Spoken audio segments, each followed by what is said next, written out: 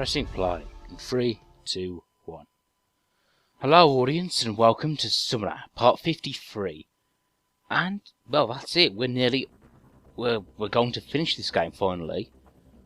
But first we have this quite amusing encounter here. It's like I've stumbled on the set of My Little Pony or something here. Now this is the Cabbit encounter, which is meant to be like a joke encounter made by the developers of the game. Probably because they thought the second half of this game got really dark. Right, here we have the Cabbits. I don't know what they're supposed to be. And they're reenacting the Battle of Wolong here. So essentially they're lobs.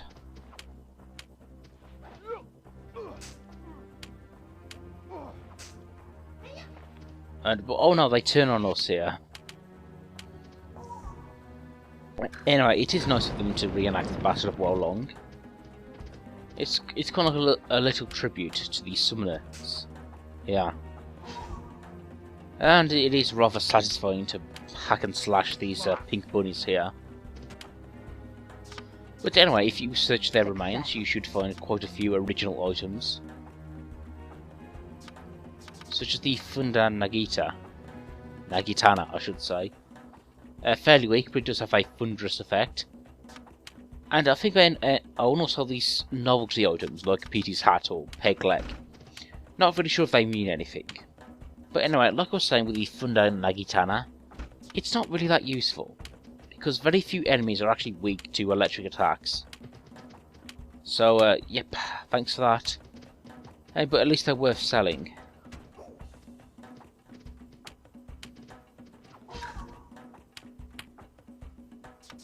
Oh, there's one left here.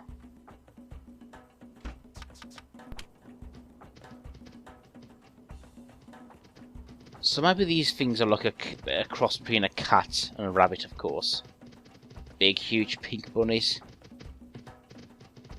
Now, something you'll find in this encounter, which, by the way, I'm glad I managed to show it off. Oh, apparently a Cabbit is a fictional hybrid between a cat and a rabbit.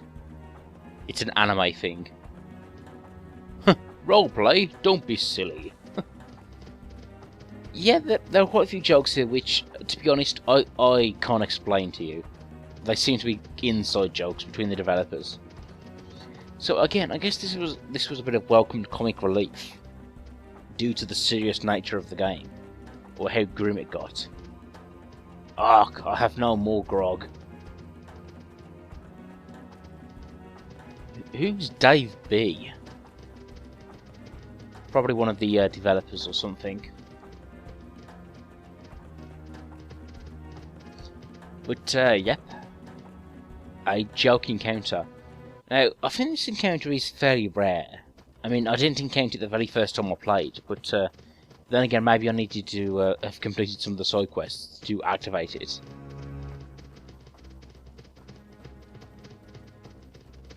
Like, I remember finding a spyglass in Medieval City after it had fallen. I think collecting that spyglass might have activated this random encounter.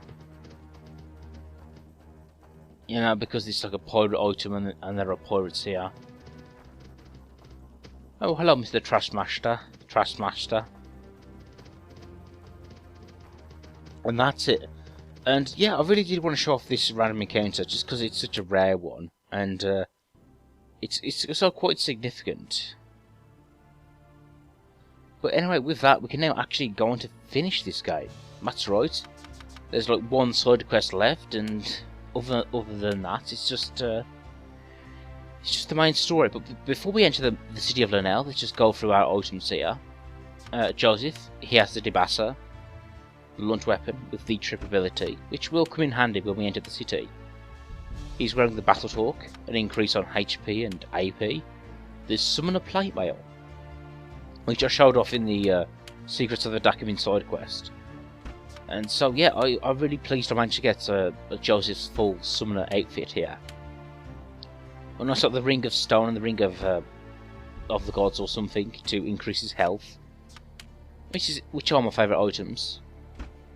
Okay, Jakar, Still with the steel gauntlets. Again, he also has a Debassa. It's just a good weapon all round. Again, he also has a Battle Hawk. And he has the Hero's Plate Mail. Now, I just mentioned the steel gauntlets, and I think the hero gauntlets are in the cities, are in the sewer of Linnell when you enter it for this occasion. But I think I failed to pick them up. Yeah, but at this point, I don't really mind. My characters are all leveled up to like level 24. Speaking of which, I'm guessing level 25 is the maximum level, but I'm not going to be able to level them up because it does take like 1,000,000 experience points from this point on. Anyway, I have these items which level up her thieving stats, but yeah, maybe I should have de-equipped them and gave her some battling items instead. Now, she's still carrying these sort of low-level armors, and the thing is, I need to level up her heavy arms ability for her to be able to equip the heavier armor. But unfortunately, I had to spend all my experience points on her backstab ability, her lockpick ability, her appraise ability. So yeah, in a sense, I was kind of stuck there. And I guess that's one of the reasons why Fleece isn't too good in the late half of the game. Yeah, but saying that, I think her trip and backstab ability do come in handy at certain points. The studded pants, I think I bought those pants in like part 5 or something, very early on in the game. Of course, she has her clothes here, Rosalind. Again, she's just not too strong in general, so I emphasise her magic ability.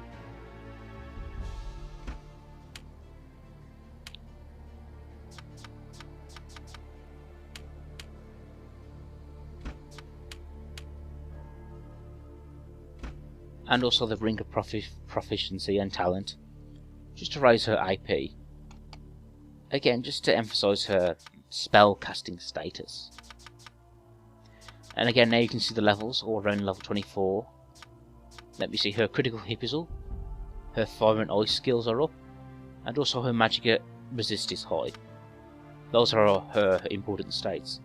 Now, as for Joseph, sword weapons is to 9, blunt weapons to 10, and heavy arms is to 10, as well as his heal ability and magic resist. As for Jakar, fairly simple, blunt weapons to 10, heavy arms to 10, critical hit definitely to 10, and heal and magic resist to 10. All the other abilities, they're not really worth bothering with. And again, Felice can see her abilities level up with her items as well. So we have Appraise and Picklock at 10.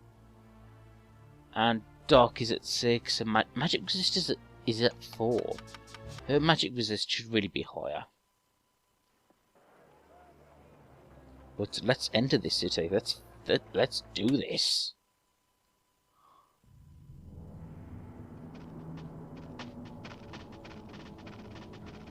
Now, the city, as you see it now, is pretty much the same as when you entered here with Rosalind and Jakar. Except it has a few extra heavy enemies added in. And I must say, for the last dungeon, for the last environment you have to face, recycling the sewers again, yeah, I gotta say, I'm not really keen on that idea at all. But on the bright side, now that you have 4 members of your party, success, 5 if you count summons, this journey here shouldn't really be too difficult.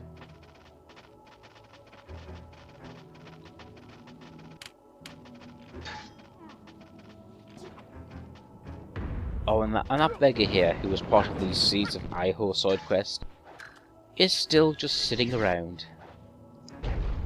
And he's like the one of the only 2 inhabitants of the city. Well, it's nice to know we're saving something at least. We're saving the rubble from being destroyed by the demons. And I take a quick peek down here, and yep, Jakar's here. And I only just noticed in the background here, you can see, is that the Temple of Uraf? I can only presume it is because it has like the image of the angelic Uraf as a statue. And like I said before, we do have to go through the sewers again, which I'm not really happy about, if I'm honest. This is like the 4th time. You know, we're by the city gates. It'd be good if the gates were suddenly knocked down, and we could just go on through the city in that direction.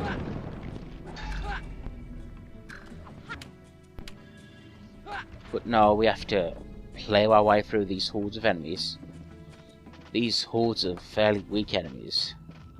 But also saying that, we do get introduced to a new enemy later on, who is fairly annoying.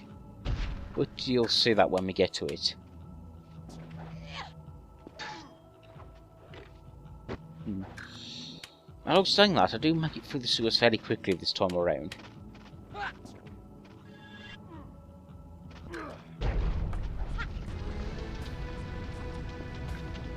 Oh, you see, the big doors to the city are right behind you, Joseph. You can't summon like a big heavy summon to knock down the door, so we can just casually walk in.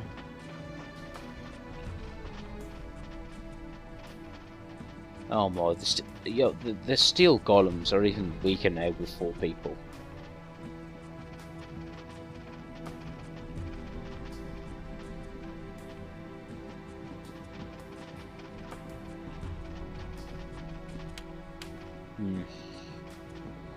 I was just looking at the caravan, and I'm getting fairly reminiscent of the earlier part of the game, when the cities were full of people, and we used to meet a merchant here to complete a side quest.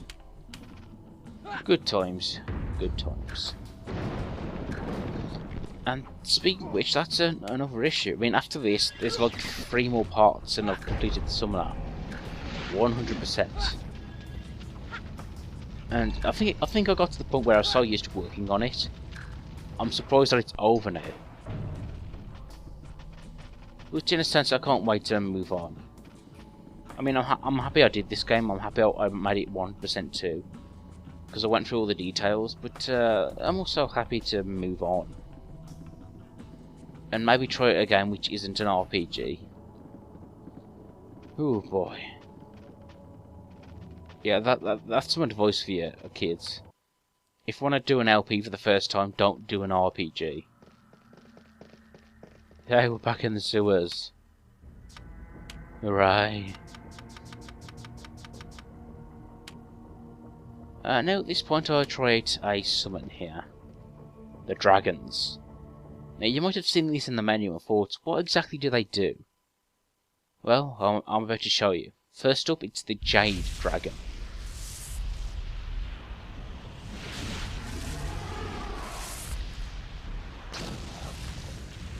Now, the reason why I don't use these dragons is, for the most part, they're lame. For example, the Jade Dragon here doesn't attack. But, yeah. I'll just remind you what just happened. It barely took off half of his health. And keep in mind the Gorgon is a weak enemy as well. But it also reduced Joseph's health to 1. Oh! They're having spasms! Someone cast the glitch spell again. Oh, you gotta love this game. But yeah, that's the reason why I don't use the dragons. I mean, it did a bit of damage to this enemy here, but it took away nearly all of Joseph's health as a cost. And really, that ain't really worth it. I will be showing off the other dragons momentarily, but yeah, you won't be impressed with them either.